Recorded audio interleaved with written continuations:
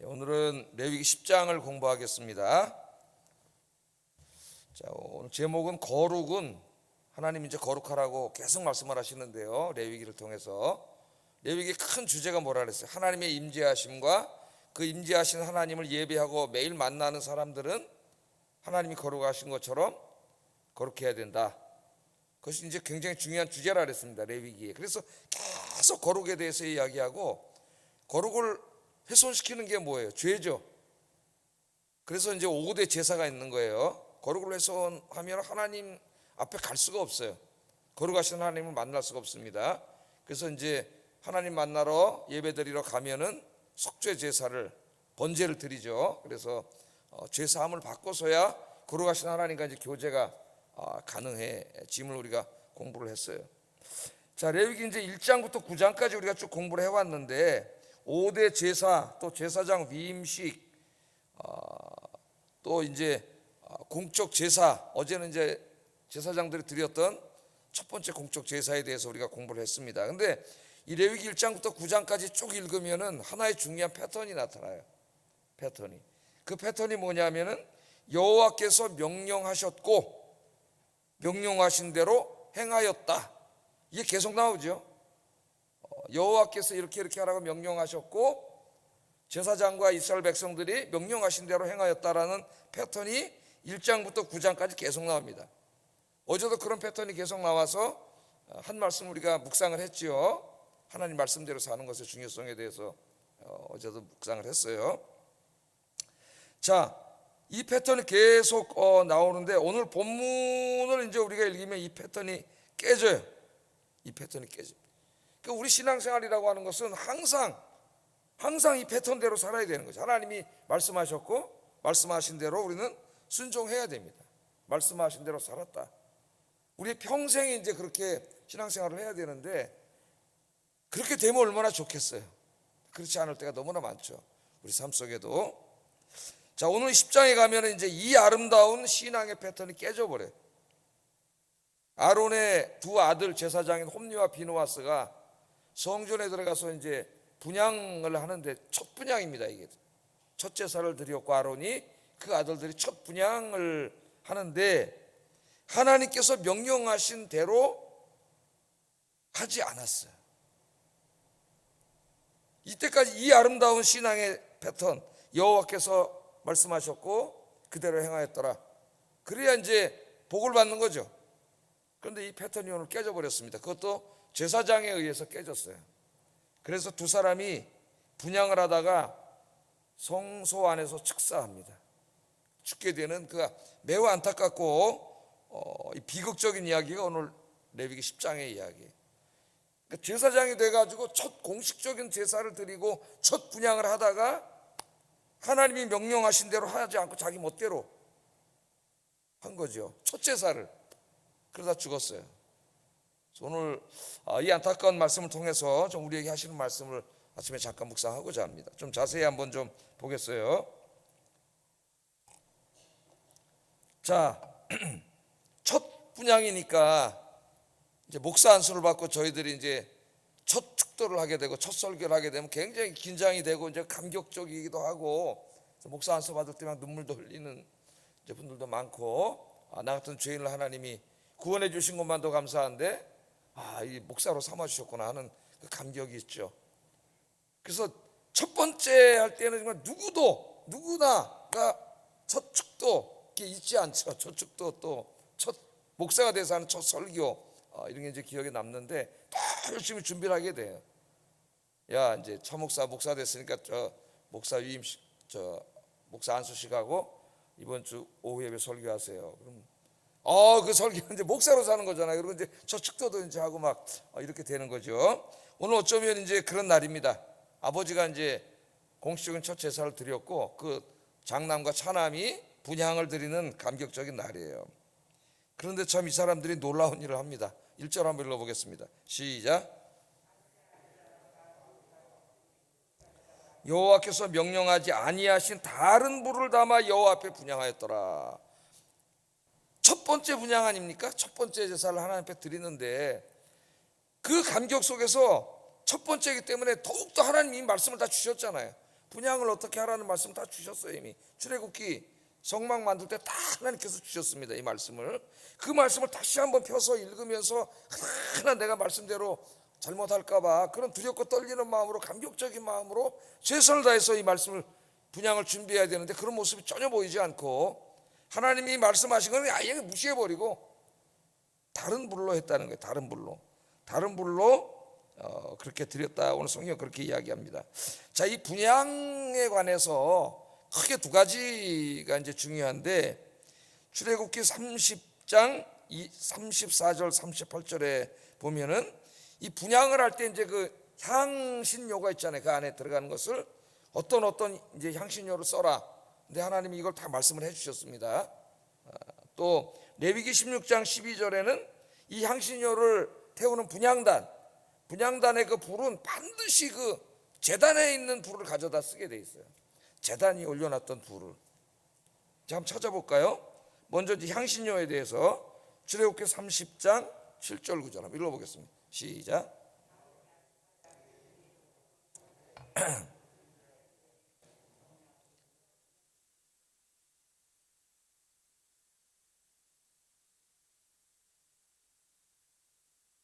예, 여기 보면은 다른 향을 사르지 말라 그랬죠. 다른 향을.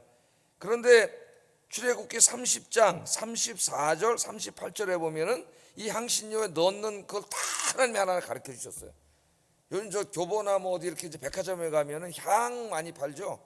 자동차 안에 이제 이렇게 향기롭게 하고 집에도 하고 화장실도 하고 그러는데 그 안에 보면 막 이제 이런저런 풀꽃 막 이런 거 섞어가지고 막 이쁘게 요새 많이 만들어서 아주 정말 몇십 가지 향을 내서 이제 우리가 냄새를 다 맡아보고 이제 자기가 제일 맞는 향을 갖다 차에도 넣고 집에도 넣고 그렇게 하지 않습니까? 그런 걸 생각하면 돼요. 하나님은 뭐뭐를 넣어가지고 어떤 향을 내라는 걸 말씀하셨고요. 그 향은 하나님이 지시하신 향은 하나님께 분향할 때만 쓰도록 했습니다. 하나님께 분향하는 향이 너무 좋네? 그걸 똑같이 만들어갖고 집에서 쓰면 죽는다 그랬어요. 그러니까 하나님이 딱 가르쳐 주셨고 그 향은 이제 알잖아요. 어떻게 만드는지를. 그러나 그건 하나님께 분향할 때만 쓰도록 했습니다. 그런 말씀이 하나 있고요. 또 이 향단, 이제 향을 태우려면 그 향단에 밑에 불이 있어야 되잖아요. 근데 그 불은 저 바깥에 있는 제단에 있는 숯불을 갖다 넣어서 반드시 불을 쓰도록 했거든요. 그것도 레위기 16장 12절 읽어봅니다. 시작.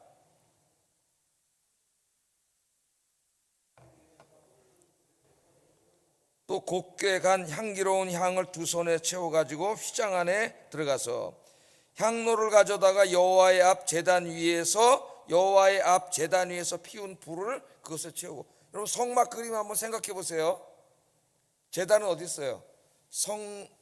제일 처음에 성전 울타리가 있고 성막 울타리가 있고 그 안에 이제 성막이 있죠. 성막 문 열고 나오면 바로 앞에 물두멍이 있고 그다음에 그 앞에 이제 그 성막으로 들어가는 그 대문 울타리 문 들어가는데 그 앞에 뭐가 있어요? 제단이 있잖아요. 제단이. 그 불을 쓰도록 했다면 다른 불을. 근데 오늘 보면은 다른 불을 쓰면 안 된다 그랬는데 보면 다른 불을 썼다 그랬어요.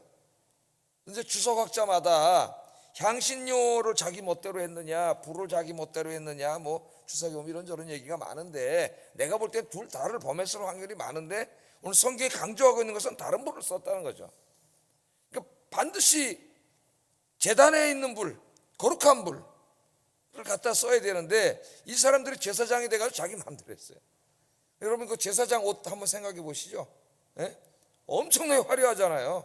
영적인 권위 또 구별 이런 것을 하나님이 가르쳐 주시기 위해서 옷을 굉장히 화려하게 만들었는데 아마 이 옷을 입고 이 사람들 교만해지지 않았나 이런 생각이 들어요. 제사장일수록 더욱더 철저하게 하나님 말씀 하나하나를 보면서 순종을 해야 되는데 제사장이 되고 나니까 오만방자해진 것 같습니다.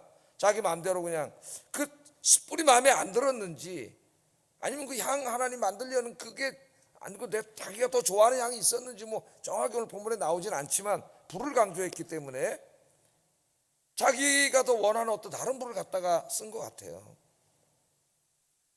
그래서 이 사람이 축사합니다. 두 사람이 축사해요. 두 사람이 죽은 다음에 바로 3절에 하나님이 이렇게 말씀하세요. 읽어보겠습니다. 시작.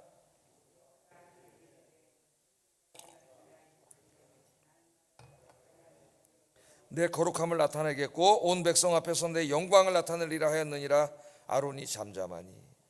자, 아론 아버지입니다. 아버지. 내 장남과 차남 하나님이 구별해 주셔가지고 제사장 삼아 주셨으니까 얼마나 감사했겠어요. 조금 전에 자기가 첫 제사를 드렸고 아들들이 이제 첫 분향을 집전하는 그 영광스러운 그날 두 아들이 하나님의 심판을 받고 죽었어요. 분향을 하다 그 안에서 죽었다고. 그러니까 모세가 자기 형이잖아요. 모세에게도 조카가 되고 아론에게 하나님 말씀을 전합니다. 가서 뭐라 그래? 여호와께서 이렇게 말씀하셨는데 하나님 뭐라 말씀하셨어요? 나는 나를 가까이 하는 자 중에서 내 거룩함을 나타내겠다. 그런 말씀을 합니다. 나를 가까이 하는 자. 하나님은 가장 지금 가까이 하는 자가 누구예요? 제사장이에요. 백성들도 들어와서 예배는 드리지만은 정말 그 지성소까지 가까이 가는 사람이 제사장이죠. 그 가까이 하는 자 중에서 내 거룩함을 나타낸다는 거예요. 그래서 이 고든 웨남이라고 하는 그 구약학자는 이 부분을 이렇게 해석했습니다. 사람은 하나님을 가까이 하면 할수록 하나님의 거룩하심과 영광에 그만큼 더 주의해야 된다. 그렇게 해석을 했어요. 하나님은 거룩하신 하나님인데 그 하나님을 가까이서 섬기는 사람일수록 더욱더 거룩해야 되는 거죠. 근데 거룩을 어긴 거잖아요. 그럼 여기서 거룩을 어긴 행위가 뭐예요? 말씀대로 하지 않은 게 거룩을 어긴 거예요. 하나님의 말씀대로 해야 되는데 제사장도 말씀대로 하지 않고 불순종한 게 거룩을 어긴 겁니다. 자, 하나님을 가까이 하는 사람이기 때문에 더욱더 하나님 말씀에 민감하고 그 말씀 1.1획도 틀림없이 그것도 분양하는 시간이잖아요. 그렇게 해야 되는데 제사장이 자기 취향과 자기 생각, 자기 뜻, 자기 마음대로 했다는 거죠. 야, 그래도 그건 알겠는데 목사님, 네? 거룩을 어겼다는 걸 알겠는데 너무 가혹하지 않습니까? 그렇게 우리가 생각할 수도 있어요. 저도 깜짝 놀랐습니다. 야, 옛날부터 이 말씀을 읽으면서 칼빈은 이렇게 해석을 했더군요. 칼빈은 만일 우리가 하나님의 예배가 얼마나 거룩한 일인지 반성한다면 형벌이 너무 가혹하다고 기분이 상할 일은 절대로 없을 것이다. 하나님이 아론의 아들들을 처벌하지 않고 그냥 넘어가셨다면 그들은 이후에도 부주의하게 전체 율법을 등한시했을 것이기 때문이다. 이것이 이런 엄격한 처벌의 이유였고 제사장은 모든 신성모독을 마음 졸이며 살펴야 했다. 이렇게 지적을 하고 있어요. 그러니까 지금 첫 분향이기 때문에 모든 앞으로 예배의 모범이 된단 말이죠. 이 예배가 첫 번째잖아요. 근데 그 어떻게 해야 되는가 하나님 다 주셨잖아요. 첫 번째 드리는 사람, 제일 중요한 이 사람이 가서 하나님 말씀을 의도적으로 무시하고 사람들이 다 보고 있지 않습니까? 제단의 불을 가져다 해야 되는 자기 멋대로 하고 있잖아요. 이것을 하나님 그냥 내버려 두면은 이 사람들은 앞으로 계속 1년에도 뭐 360일 매일 제사를 드려야 되는 사람들인데 한번 내가 이거 내 맛대로 했는데 아무 문제 없네? 그럼 어떻게 되겠어요? 칼빈이 지적한 게 뭐예요? 계속 그렇게 할 거라는 거죠. 그리고 하나님 주신 이제까지 모든 율법과 말씀, 우리에게는 성경 6권인데 이거 그냥 다 무시하고 자기 멋대로 계속 할 것이기 때문에 그렇게 되면 안 되지 않습니까? 모든 백성이 보고 있는데 지금 제일 중요한 시간이에요. 그래서 그들은 죽지 않을 수 없었어요. 하나님 심판을 받고 죽었죠. 깜짝 놀라가지고 이제 나머지 제사장 아들들 뭐 아론 그 백성들 모세까지도 야, 이거 하나님을 가까이 하는 우리들이 더욱더 거룩해야 되고 말씀에 순종해야 되는구나. 그걸 생각하게 된 겁니다. 오늘 우리 이제 구약에 보면은 나중에 여로보암이라는 사람이 구테타를 일으켜가지고 북이스라엘을 만든 다음에 어떻게 했어요? 자꾸 자기 북쪽에 있는 자기 10지파 백성들이 어디로 가요? 남유다에 있는 예루살렘으로 가잖아, 절기 때마다. 그러니까 정치적으로 굉장히 불안했습니다. 저 사람들이 자꾸 저 예배드려 저기 가다가 저 르호보암에게 넘어갈 확률이 많다. 그래서 어떻게 했어요? 못 가게 거기다 38선을 쳐놓고 거기다 뭘 만들었어요? 자기가 지 멋대로 거기다 뭘 만들었어요? 성전을 만들었어요. 예? 저 북쪽 끝하고 남쪽 그 예루살렘 위에다가 성전을 만들어 놓고 제사장도 자기 멋대로 율법대로 하지 않고 말씀대로 하지 않고 자기 멋대로 아무나 레위인도 아닌 막 사람들을 막 갖다 세워놓고 거기다 금송아지 하나 또 갖다 놓고 그게 하나님이니까 이제부터는 절대 예루살렘에 가지 말고 이 금송아지 섬겨라 이렇게까지 타락을 하지 않습니다. 하나님 말씀을 다 무시했을 때 그 예배가 얼마나 타락하게 되는가. 나중에 이제 여러분 잘 아시지만 뭐 이사야, 예레미야, 에스겔 이때 오면은, 특별히 에스겔, 예레미야 때 오면은 성전이 하나님 말씀대로 제사장들이 하지 않아 가지고 막 엉망진창이 되잖아요. 심지어는 우상까지 들어오는데 하나님이 떠나셨어요. 그래서 이스라엘이 망한 거예요. 여러분, 하나님의 영광이 견딜 수가 없었어요. 그 거룩하심이, 거룩하신 하나님은 죄가 있는 곳에, 불순종 있는 곳에 있을 수가 없어요. 하나님 떠나셨어요. 예수님 시대에도 한번 생각해 보세요. 성전에 예수님 들어왔더니 성전에 하나님 말씀대로 제사장들이 안 하고 돈 벌고 자기 이익 챙기는데 막 혈안이 돼가지고 그 앞에서 장사하고 막 이러다 보니까 강도의 구려를 만들었다고 예수님이 다 엎어버리지 않았습니까? 오늘 현대교회는 어떨까요, 여러분? 현대교회도 별반 차이 없지 않을까 이런 생각이 들어요. 목회자들이, 또 우리 장로님들이, 교회 중직자들이, 우리 성도님들이 하나님의 교회를 늘 하나님의 말씀대로 섬겨야죠. 하나님의 목회자는 하나님 말씀대로 목회해야 되고, 그게 중요한 거죠. 근데 세상적인 방법이나 이런 게 막 효율적이고 막 잘 되는 것 같고 이런 게 보인다는 거죠. 응? 그러니까 자꾸 그런 걸 흉내를 쫓아가려는 거예요. 그래서 우리들은 하나님 앞에 갈 때까지 우리 아영교회가 뭐 저나 여러분이나 하나님 말씀에 순종해서 하나님이 기뻐하시는 교회, 예루살렘 교회 같은 교회를 만들고 그렇게 섬기고 예배하는 교회가 되기를 주의 이름으로 축복합니다. 특별히 하나님을 가까이 섬기는 목회자들은 더욱더 하나님 말씀에 순종해야 되고, 이것은 여러분들도 마찬가지예요. 하나님을 가까이서 섬기고 예배하는 하나님의 백성들도 더욱더 하나님을 잘 섬겨야 돼요. 더욱더 순종해야 되는 거예요. 예? 세상 사람들은 법만 지키면 됩니다. 그러나 우리는 그 법보다 훨씬 더 높은 수준인 하나님 주신 양심과 말씀에 따라 살아야 됩니다. 세상 사람들은요, 간음 안 하면 행동을 안 옮기면 그만이에요. 그러나 우리는 마음으로도 그런 음란한 마음을 품으면 안 된다고 예수님 말씀하시죠. 이미 간음했다고. 훨씬 더 높은 도덕 수준을 요구합니다. 살인 안 하면 살인 안 한 거죠. 죄가 없는 거예요, 세상 사람. 그러나 예수님은 누구를 미워하면 살인했다 그랬어요. 일반 법과는 상관이 없는 훨씬 더 수준 높은 수준의 삶을 하나님 요구하고 계신데, 그것이 뭐냐면은 하나님 말씀대로 사는 거예요. 그래서 오늘 하루도 어제도 이 말씀이 강조되는데 말씀대로 사시고 여러분 평생이 정말 거룩하신 하나님 만나기 위해서 늘 말씀대로 순종하는 여러분 되기를 주의 이름으로 축복합니다. 자, 두 번째, 이 사건이 있은 이후에요, 하나님께서 아론에게 직접 말씀을 하신 게 있어요. 직접. 이제까지는 다 모세를 통해서 말씀하셨습니다.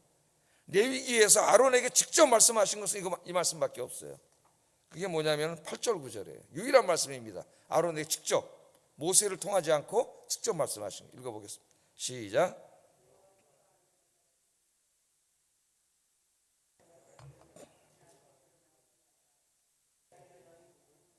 이는 너희 대대로 지킬 영영한 규례라. 아멘. 자, 지금 하나님이 명령하지 않은 다른 불로 제사를 지냈다가 거기서 제사장들이 죽은 그 순간입니다. 그 순간 아론에게 하나님이, 아들 둘이 죽었어요. 지금 아론의 입장에서 보면은 얼마나 슬픈 날이겠습니까? 그런데 그 아론에게 직접 또 하나 중요한 걸 말씀하고 계세요. 직접. 굉장히 중요한 거죠. 그게 뭐예요? 회막에 들어갈 때 포도주와 독주를 마시지 말라고 하는 겁니다. 포도주와 독주를 마시지 말라. 그리고 들어가면 그도 죽어요. 그렇기 때문에 하나님께서 이거 직접 말씀하신 거예요. 자, 이거는 뭡니까? 온전하고 깨끗하고 맑은 정신으로 최상의 영적인 상태로 예배를 집전해야 함을 하나님이 강조하고 있는 거예요. 그 이유가 두 가지가 하나, 10절 11절 한번 읽어보겠습니다. 왜 그렇게 제사장이 맑은 정신으로, 온전한 정신으로, 최고의 영적인 컨디션으로 집전을 해야 되는가? 10절 11절 읽어보겠습니다. 시작.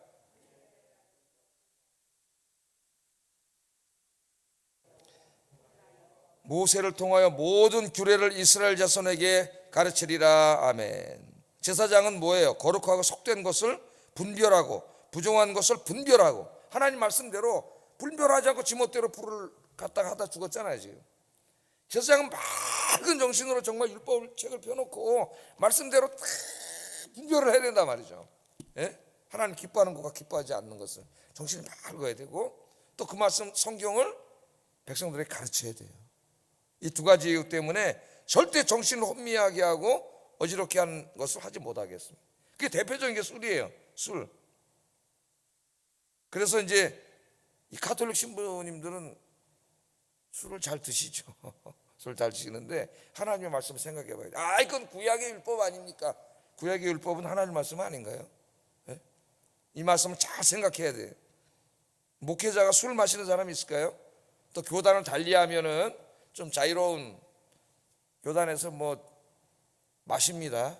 술을 마시고 내 교단 이름 말 안 하겠지만은 요새 젊은 목회자들 중에 제 동생 옛날에 다니던 교회는 그 부목사가 토요일날 성경부 끝나고 애들 데리고 맥주 마시러 가가지고 내 동생 교회로 옮겼어요. 이건 담임 목사한테 얘기해서 그 사람 이제 목사에서 모가지를 잘라야 되는데 못하게 목사를 하게 하면 안 되죠. 그 사람. 여러분이 상상하지 못하는 일들이 있을 수가 있어요. 자, 그래서 1절 이걸 설경에서는 금했습니다. 책임지고 어떤 중요한 일을 한 제사장이나 심지어는 왕도 금했어요. 잠언 20장 1절에 보면 포도주는 거만하게 하는 것이요 독주는 떠들게 하는 것이라 이에 미혹되는 자마다 지혜가 없느니라. 지혜가 없는 무지한 자로 술을 가까이 하는 자를 이야기했고, 호세아 4장 11절에 음행과 묵은 포도주와 새 포도주가 마음을 빼앗았다 그랬어. 하나님으로부터 마음을 빼앗는 이 술. 신약시대에도 목회자들, 특별히 교회 지도자들은 술을 멀리하라고 말씀하셨어요. 디모데 3장 2절 3절 그러므로 감독은 책망할 것이 없으며 한 아내의 남편이 되며 절제하며 신중하며 단정하며 나그네를 대접하며 가르치기를 잘하며 그 다음에 뭐가 나와요? 술을 즐기지 아니하며. 이 말씀이 나옵니다. 알코올이라는 게 우리 들어가면 우리 정신을 혼미하게 하고 잠언에 읽어보면 그 증상이 쫙 나오죠. 술을 마셔본 사람은 다 알 거예요. 절대로 이것을 가까이 하면 안 되고, 이것은 하나님을 예배하는 성도들에게도 마찬가지입니다. 성도들도 꼭 집전하는 제사장만이 아니라 성도들에게도 마찬가지예요. 그래서 하나님께 집중하고 하나님을 예배하는 데 방해가 되는, 우리를 자꾸 마음을 빼앗는다 그랬잖아요. 빼앗고 혼미하고 죄짓게 하는 이 모든 것들을 멀리하시는 여러분 되기를 주의 이름으로 축복합니다. 술은 상징일 수도 있어요. 하나님으로부터 내 마음을 뺏어가는 모든 세상의 것들일 수도 있습니다. 그런 것들을 오늘 다 끊어버리고 온전한 정신으로 깨끗하고 맑은 마음으로 하나님만을 예배하는 여러분 되기를 주의 이름으로 축복합니다. 세 번째 말씀은 31분이네. 끝내야지 이제. 12절부터 18절까지 말씀이 나오는데, 이제 제사를 지내고 간 다음에 그 제사를 드린 제물 중에 제사장을 주라고 하는 분깃들이 있죠. 우리 5대 제사할 때 다 공부를 했습니다. 그런데 그거 자세히 그때 가르쳤는데 하나님이 지금 이 불행한 사건이 있고 난 이후에 다시 한번 또 가르쳐요. 노심초 쌓여서 우리 하나님이 다시 말씀하시는 거예요. 다시 한번 가르쳐요. 그 제물들을 먹으라 그렇게 얘기합니다. 그건 뭘 얘기하려고 할까요? 제사장들에게는 하나님이 다른 분깃을 주지 않았어요. 그러니까 성도들이, 백성들이 가져와서 제물을 드린 그 제물 중에 분깃을 주었어. 그것을 먹으라는 이야기는 더 이상 욕심 부리지 말라는 거예요. 그러니까 세상의 것들, 탐욕과 욕심을 부려서 세상의 마음 다 뺏기고 세상에 그러면 안 된다는 거죠. 그래서 이것들을 주셨습니다. 신약에도 마찬가지예요. 그래서 신약에서도 고린도후서 9장이라든가 디모데전서 2장 17절 18절에 보면은 교회 목회자들을 세운 이후에 그 목회자가 다른 일은 하지 않고, 제사장하고 똑같이 하라 그랬습니다. 다른 일은 하지 않고 오직 그 목회에 전념하도록, 교회가, 우리는 제물을 드리진 않잖아요. 이제 헌금을 드리는데 성도들이 드리는 헌금 중에서 그 목회자의 삶을 후원하는 거죠. 그걸 이제 뭐라 그럴까요? 교회에서는 사례비라 그래요. 사례비 그러는데, 미국에서는 오놀레올룸이라 그래요. 오놀레올리움. 그러니까 다른 것들은 샐러리 이런 식으로 이제 월급 이런 식으로 얘기하는데, 신학교 교수와 그 다음에 이제 그분들도 목사님이죠. 신학교 교수님들과 교회를 목회하는 목회자들의 월급을 샐러리라 하지 않아요. 영어에서 그렇게 쓰면 무식한 거예요. 오놀레올리움이라 그래요. 언어는 명예라는 말이에요. 명예. 오놀레올리움 그러니까 뭐예요? 굳이 번역한다면 우리말은 그런 말이 없는데 번역을 할 수가 없어요. 명예비? 그러니까 그들을 교회가 이렇게 헌금으로 삶을 후원하는 것을 셀러리라고 하는 세속적인 말을 쓰지 않고 굉장히 높여서 말하는 거예요. 높여서. 그렇게 하라고 했는데 디모데전서 2장 17절 18절에 보면 이제 그 당시 그 배나 존경해라 그 말은 마음으로 존경하란 말이 아니라 그랬어요. 번역이 좀 잘못된 거예요. 사실 성경에. 그거는 그 의사의 2배의 월급을 줘라 그런 말입니다. 사례를. 근데 그 당시에 의사가 뭐 어느 정도 대접받는지 알 수가 없어요. 그래서 이제 신학자들이 그 사역을 하는데 보통 어떻게 해서 사역을 하는데 어떻게 풍족하게 그런 말이에요. 그 말은 그 목회자들 세상 일에 마음 뺏기고 근심하고 걱정하지 않고 온전히 주의 일에 집중할 수 있도록 그렇게 충분히 그런 뜻입니다. 그 말이 그렇게 하라는 거예요. 목회자는 욕심 부리지 말고 교회와 모든 성도들이 이제 합의해서 이렇게 이제 주는 것에 그게 작든 많든 뭐 감사하면서 그렇게 살아가는 게 하나님의 말씀이에요. 목회자가 세상에 자꾸 욕심 부리고 돈에 욕심 부리고 자꾸 이런저런 거 보면 안 되겠죠. 타락하겠죠. 하나님이 주신 것에 감사하고 살아야 되고 또 넓게 적용하면 우리 성도님들도 마찬가지입니다. 세상에 너무 탐욕과 욕심 부리지 말고 하나님 주신 것들 자족하고 감사하며 사시는 저와 여러분 되기를 주의 이름으로 축복합니다. 여러분들은 열심히 세상에 나가서 일해서 하나님 주신 것들로 자족하고 감사. 저는 교회에서 최선을 다해서 후원하는 것들에 자족하고 감사하고 우리 아영교회가 그런 거룩한 교회가 되기를 주의 이름으로 축복합니다. 기도하겠습니다.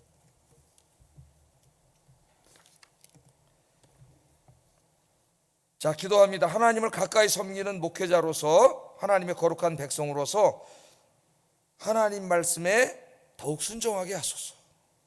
두 번째, 술 취하지 말고 세상에 취하지 말고 항상 맑고 온전한 정신으로 하나님을 섬기게 하소서.